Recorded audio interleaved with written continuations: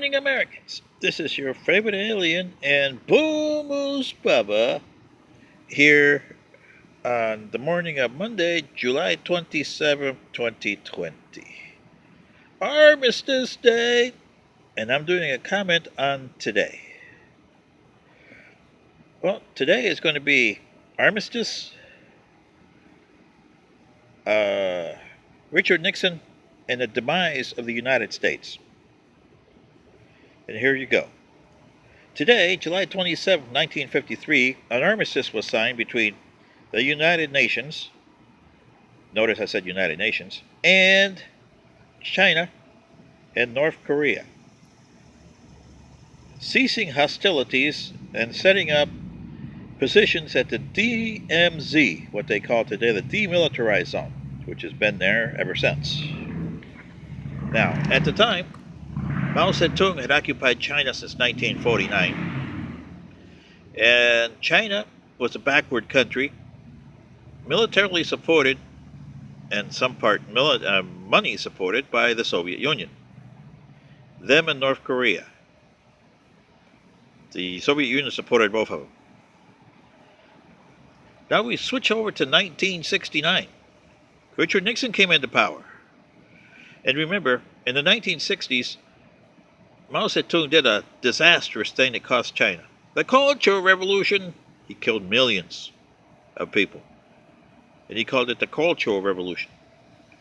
So when Richard Nixon came to power in 1969, remember you had the Cuban Missile Crisis of 62, and Richard Nixon was thinking, oh, we need another card to play against the Soviet Union. So he decided China was the card. So he set up secret missions with his special advisor, Henry Kissinger, from 69 to 71.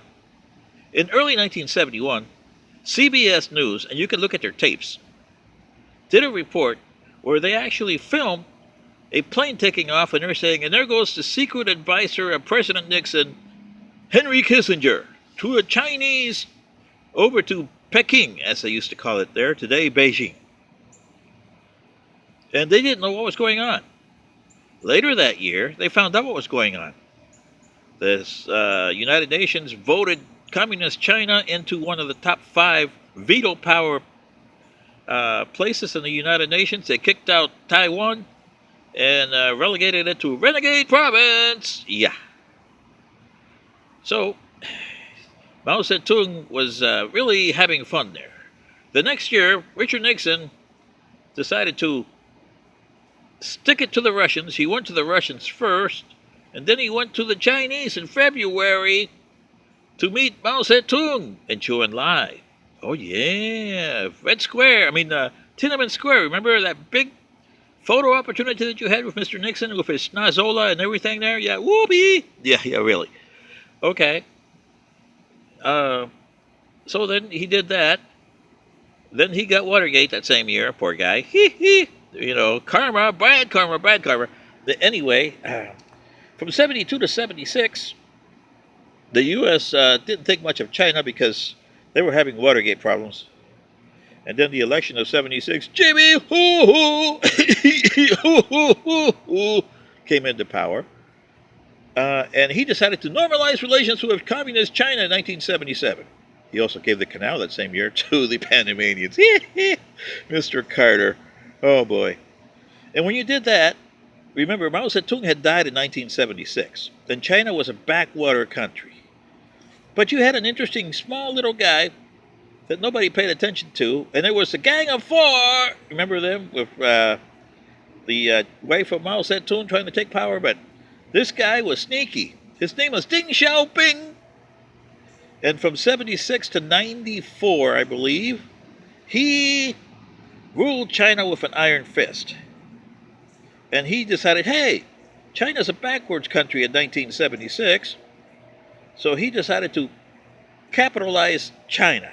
Keep the communism, but capitalize it. And he did. By the time he died in 1994, China was on his way to being what it is today. A pain in the ass. His successors, including President Xi today, are all part of his group. and they all adhere to his way of thinking.